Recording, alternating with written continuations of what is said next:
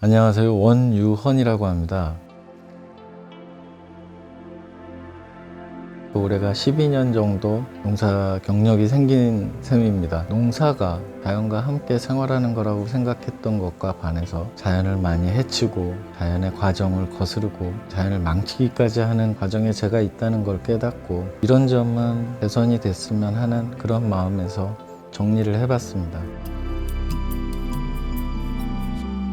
처음에 마을에서 살면서 느꼈던 것 중에 하나가 이곳저곳에서 많은 연기가 난다는 생각이 들었어요. 하얀 연기가 나기도 하지만 집인데도 불구하고 검은 연기가 불쑥 솟고 마을 청소를 한 다음에 모든 쓰레기는 다 소각을 하는 모습을 보면서 이래도 되나 하는 생각이 들었었습니다. 심지어는 대형 폐기물인 냉장고, 소파, 농사를 지면서 나오는 여러 가지 폐기물들이 태워지는 모습을 많이 봤어요. 밀집, 볏집을 태우는 행위조차도 미세먼지 발생에 엄청난 부분을 차지하고 있다는 것도 들었고, 이 좋다고 얘기하는 환경에서 망가뜨리면서 살아야 되는 하는 생각이 들어서 좀 안타깝기도 했습니다. 어떤 소각도 착한 소각은 없다고 얘기를 하죠. 물건을 태우기 전에 한 번쯤 생각해 봤으면 좋겠다는 바람이고요. 지하수를 사용하게 됐는데 지하수의 양이 점점 줄어든다는 느낌이 든 적이 있어요. 나중에 알게 된 사실은 비닐하우스의 보온의 일종으로 지하수를 이용해서 비닐하우스에 물을 뿌려주고 안의 기온을 유지해주는 방법이 있습니다. 소량씩 나온다고는 하지만 비닐하우스 하나가 600평 정도 추운 겨울에 보온을 하기 위해서는 얼마나 많은 양의 지하수가 필요하겠어요. 자연스럽게 지하수는 고갈이 되겠죠. 가까운 예로 도시에서 일어나는 싱크홀이나 침하 현상도 지하수와 관련이 있다고 보고가 되고 있죠. 그 지하수는 물의 정화작용을 통해서 필요한 만큼 식수 혹은 생활용수로 사용할 수 있는 건데, 이게 농사라는 거대한 산업의 터널이나 도로도 무분별하게 건설이 되면서 지하수가 추출되지 않는 마을이 점점 늘어나고 있다고 해요.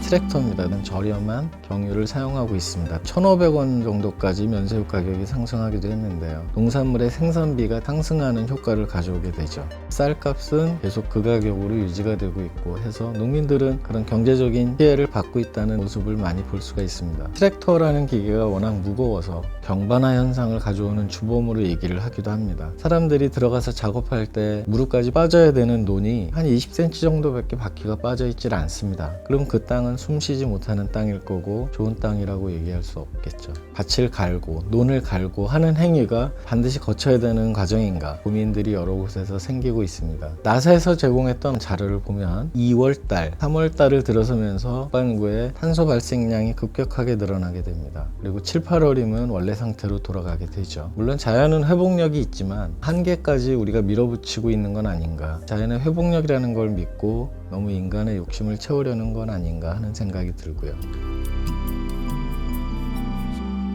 곤포 사일리지라고 하는데, 이 곤포 사일리지의 목적은 소들의 먹이로 사용하기 위한 것입니다. 근데 이 작업으로 인해서 위에 아무런 유기물도 남지 않게 되고 필요한 유기제들이 들어가질 못하니까 봄이 되면 화학 비료를 뿌려야 되는 그런 과정에 처할 수밖에 없습니다. 그 속에서 땅은 계속 망가져가고 있고요. 곤포 사일리지를 만들지 않고 볏짚을 다 쓸어넣고 세월의 볕이나 호밀 같은 비작물들을 뿌려서 다시 땅으로 투입을 시켜주면 건강한 농산물을 생산할 수가 있습니다.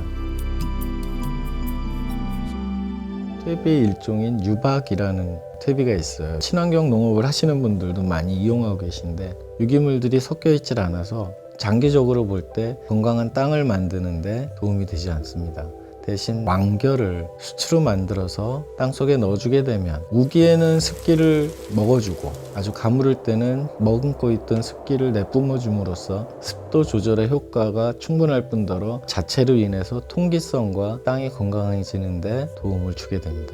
그래서 일각에서는 이런 땅을 살리기 위한 작업으로 밭갈기, 논갈기를 하지 않고 풀이 난 상태에서 작물을 기른다든가 하는 무경운 농법이 한 방법으로 시도되고 있기도 하고 노력을 하고 있죠. 우리가 자연에 악영향을 미치는 일은 아주 쉽다는 생각이 들었어요. 우리가 기후변화로 인해서 농사를 어떻게 질 것인가 고민해 왔다면 이제는 농사가 어떻게 하면 기후변화에 나쁜 영향을 미치지 않을 수 있을까, 어떻게 하면 자연스럽게 농사를 지을 수 있을까 하는 고민도 당연하게 시작돼야 되는 시기라고 생각을 합니다. 지금부터 그렇게 실천했으면 좋겠습니다.